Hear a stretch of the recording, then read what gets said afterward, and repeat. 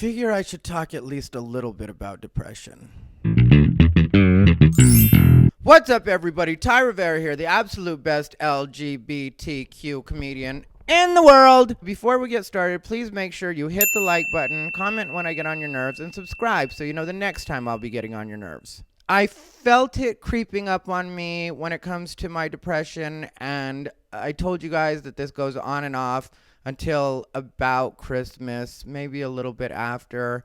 And I always forget, and it's the worst because I guess there's just enough time between Halloween and what was my sister's birthday for me to forget that happens, and then it sneaks up on me again, and then I'm like, okay, so here we are again. Yesterday, it really finally hit me where I was not able to get off the couch for a while, and I was going to record a video yesterday, but I didn't because I just had too much going on in my head.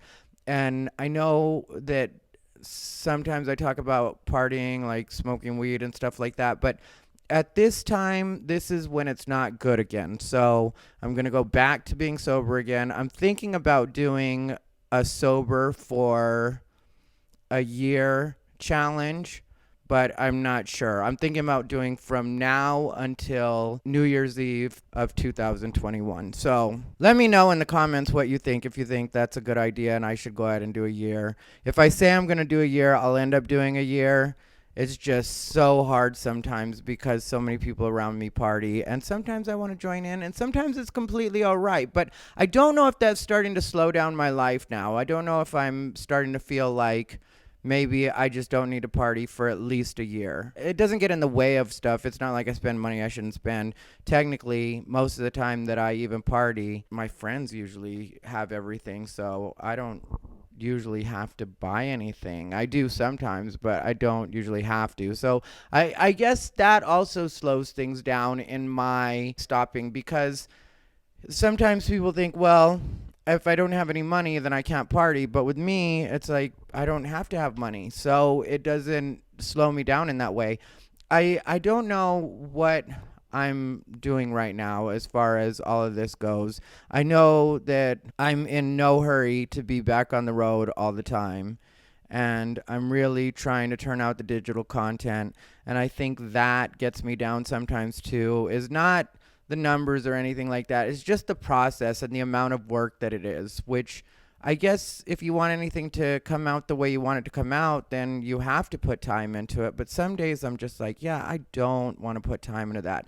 And I'm glad so many people reached out to me when I posted, because I posted on Facebook and I posted on Twitter that I was going through depression, and that it's pretty gross, because it is a gross feeling when you just can't get off the couch. And I forced myself to clean my entire apartment, and I organized everything, and I filed things that I needed to file, and I shredded things that I needed to shred. I just decluttered a bit yesterday because I finally just was like, you know what? You're going to get up. You're going to do something. You're going to get it together. And so I decided to clean my place, and that turned out to be really good for me. Of course, the depression didn't just go away, but I definitely do feel better now that everything is clean, because everything was so cluttered and on top of each other and just not where it was supposed to be because of different projects I've been doing. And when I do certain videos, I'll move my chairs and rearrange my table. I'll do everything that I have to do to actually record my video. And then sometimes I don't get back to doing it, and then I don't always do my dishes as quickly as I should. And I'm not a dirty person, so I don't leave them for days and days, but sometimes I let them pile up for a day, and that bums me out too. It's like, yeah, you gotta get it together better than this. But what I wouldn't say happy to see, but I guess I was comforted by, was that so many other people hit me up on Facebook on my post and were like, I'm going through the same thing and I'm the same kind of person, because that's the thing that I really wanted to address. And what I told people on Facebook, I was like, don't reach out to me. I'm going to be fine. Don't hit me up in my DMs. And that wasn't me being rude or trying to be bitchy or anything like that. It's just, I know that I'm going to be okay, and I know that I have a good support system, and I know that if I need to talk to somebody, I've got plenty of people to talk to.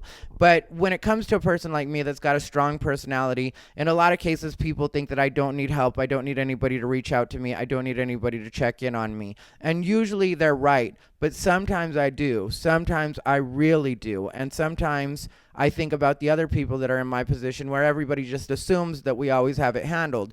I'm always the person that everybody comes to with their problems as far as my friend group. People can talk to me about anything that they want to, and I end up hearing a lot of secrets and a lot of things, and that doesn't bother me at all. But sometimes I just feel like, can we maybe check in on me a little bit once in a while? And I have other friends that are in the same position, and that makes sense because usually you attract people that are like you kind of your same energy. So a lot of my Facebook friends were hitting me up and telling me that they're that same person. They're always the strong one, and so nobody ever checks in on them. And we need to be aware of that because I think we usually think of the people that wear their hearts on their sleeve a bit more when we think about depression. And we also think about the people that are actually suicidal, and we think that that's the only thing to worry about. I don't seriously contemplate suicide usually. Last night, it was a quick flash in my head, but I am not driving anywhere to kill myself, and I'm definitely not hanging myself. And I was like, well, you could also just fall from upstairs, but I'm just upstairs downstairs. So really, even if I were to swan dive head first, I'd just break my neck and hurt myself. I'd at best end up in a wheelchair, and then everybody would make fun of me because I ended up in a wheelchair. And I know this isn't supposed to be funny stuff to talk about, but it's true. That's what would happen. And it occurred to me. And I'm also not cutting myself. So I was just like, okay, well, I guess you're just going to have to deal with this. I could probably take pills, but who wants to go through the trouble of getting pills? And I don't take any pills anyway, so I'd need a prescription. And then my ex had left a bunch of Adderall here, so I have a lot of Adderall, but somebody I know had tried to kill themselves with Adderall, and it really shorted out their brain, and it's not a good drug to kill yourself on. It was a horrible, horrible experience that person went through because of trying to overdose on Adderall. So the good news is I'm not suicidal. The bad news is the people that don't like me are going to have to deal with me for longer. There were people that asked me if my depression had anything to do with the fact that I've been dealing with some online negativity. And no, it really doesn't. There's basically one person that's trying to troll me right now, and that person doesn't matter. I don't really let the online life factor into my general thinking. I can see how people would, though, and I always tell people, if you're going through a thing where you're dealing with trolls online or people coming after you online, just completely log off and get back out into the regular world, and that goes away pretty quickly. There have been times when I've been a bit down when I felt like the entire internet hated me.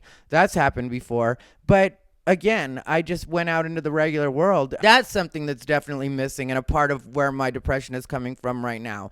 It's exacerbated because half of everything is shut down still. So it's not like I can even go out and do the things that I would usually do. I can't just go to a comedy club. I can't just go hang out with friends. It's all limited capacity. And if I do decide to do that, there's a good chance that nobody's going to be out, or it just changed things.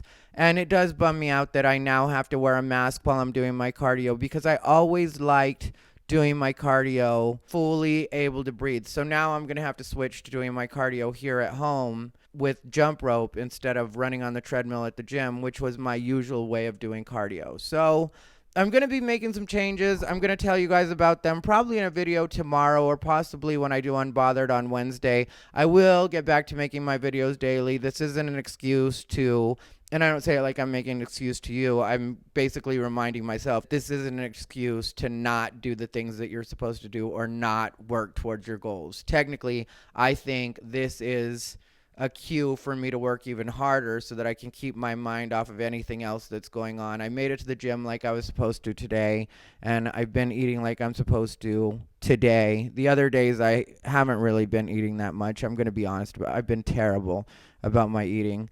So I'm